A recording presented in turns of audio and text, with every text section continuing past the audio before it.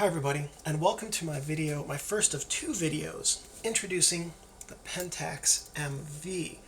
This is an interchangeable lens, single lens reflex camera. It has a center-weighted light meter with aperture priority shooting. That's its only mode, and that's its only metering mode. The shutter speeds go from around 5 seconds to 1/1000th. You'll see in a lot of places that it says it only goes from 1 second to 1/1000th. I tested this out. I put the lens cap on, hit the shutter, and the shutter stayed open for 5 seconds.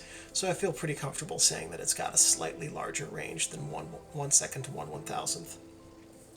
The viewfinder magnification is 0.85x, and the frame coverage is 92%. And what that means is that if this is what you saw coming through your frame, or if this was the image that you were going to take, then your frame would show everything except for about 4% on the top, bottom, and sides, and you would see the middle 92% of the coverage of the frame, and it would be 0.85 times the size of the actual image. It has a split ring viewfinder screen and X-Sync with 1/100th of a second for the flash. This camera was targeted at casual users and entry-level users. It is very simple, has very few features, a very basic interface, and it was basically just designed to be a single lens reflex point-and-shoot camera.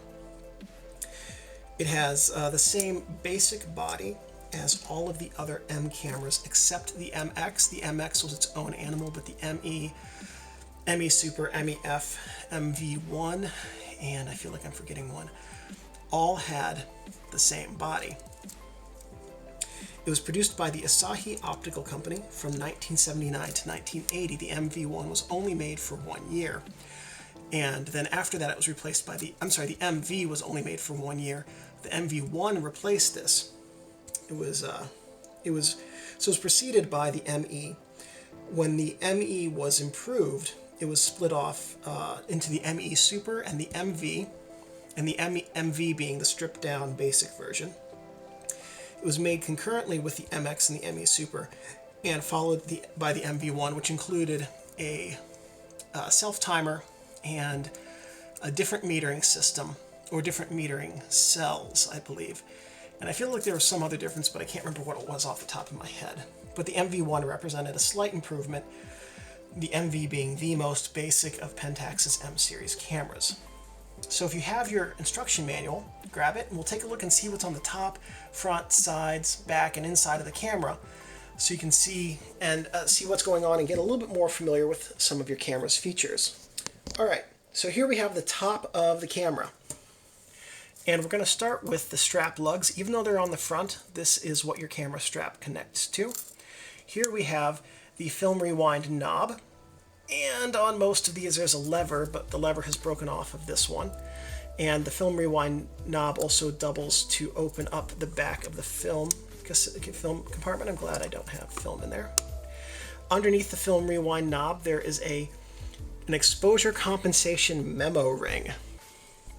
And you might be able to see there's a little orange dot right there next to my finger underneath the knob. There's one here that indicates the ISO setting, but there's another one right here.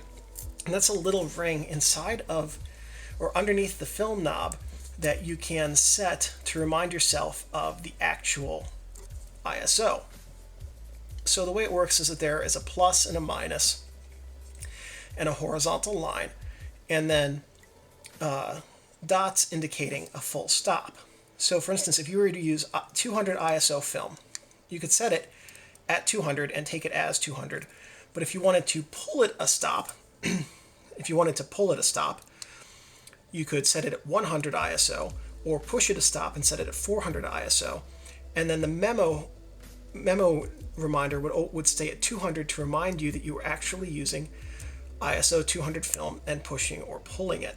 The dangerous part about this feature is that if you want to remind yourself about it, you have to lift up the knob and you risk accidentally opening up the film compartment and exposing all of your film.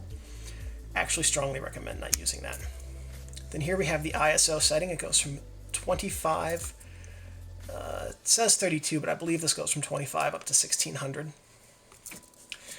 We have the flash hot shoe up here with X sync. It will take any modern electronic xenon, which is where the X comes from, flash. Here we have the mode selector.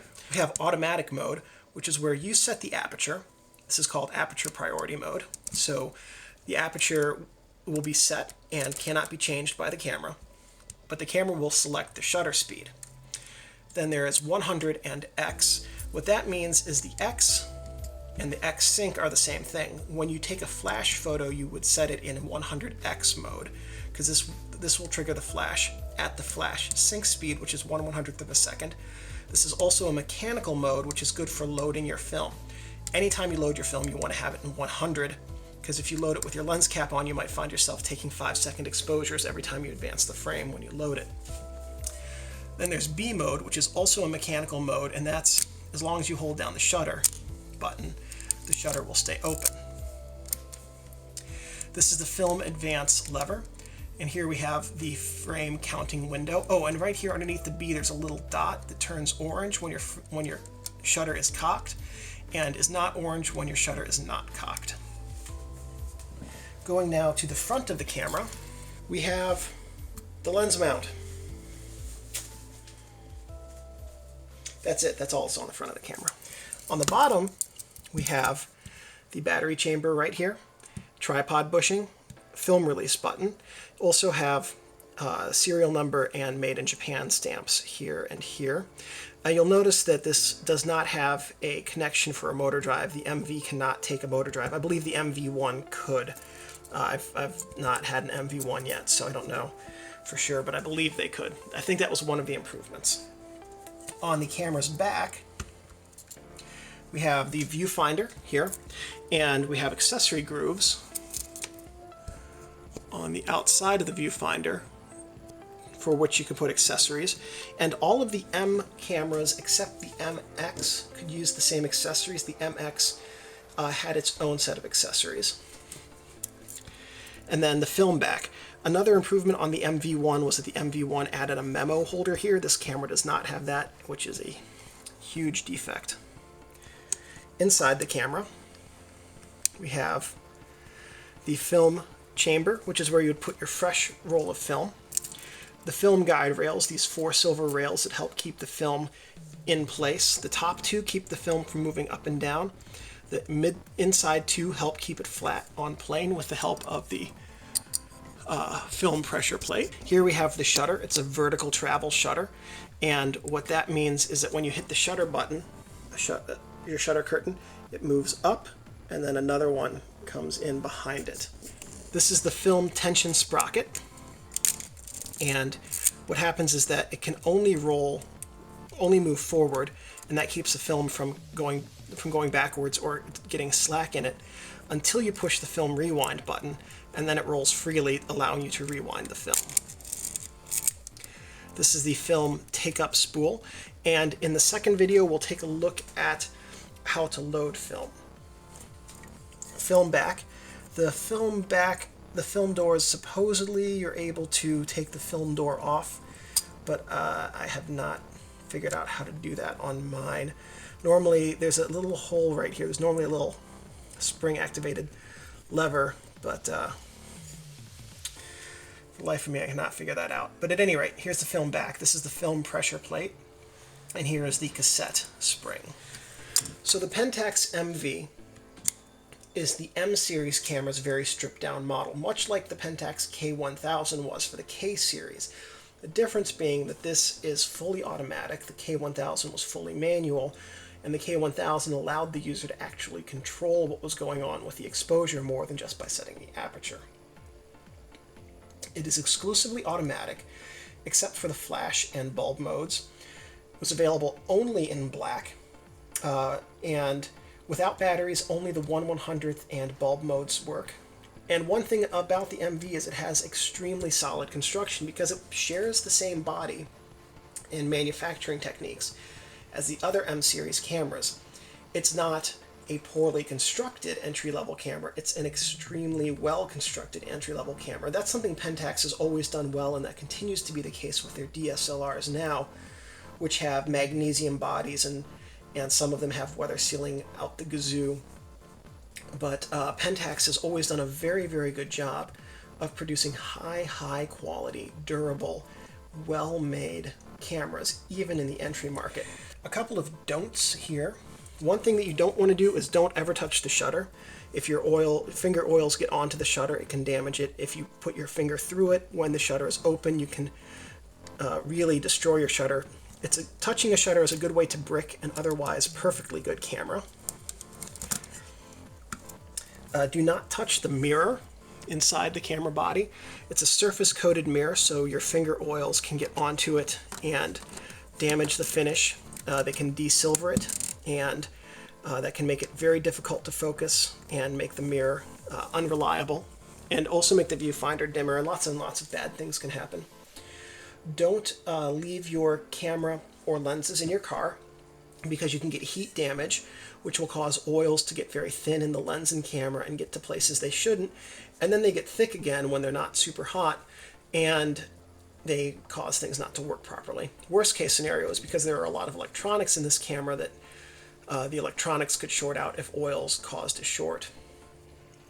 Also, don't store your gear in a plastic bag or plastic box, because fungus will grow. You will get moisture in there, and fungus will ruin your gear. Don't let your camera get wet. It's not weather sealed, and water will get inside of it and short out the electronics and ruin it. And just remember that your camera is a precision tool and should be handled with care and respect. And even though this was an entry-level camera, the MVs were very well made and are still holding up fairly well. So as long as you take care of it, it will take care of you. Now, if this video was helpful, please give me a thumbs up. That lets me know I'm on the right track. If you have any comments or suggestions, please leave those below. Ideas for future videos, if I have the equipment and know-how, I'd be more than happy to make those for you. You can subscribe up above if you'd like to know when more videos come out. Also, the second video in this series is linked in the description if you'd like to pop over and see that, where we will learn in depth how to use this camera. One last thing. Thank you guys for watching.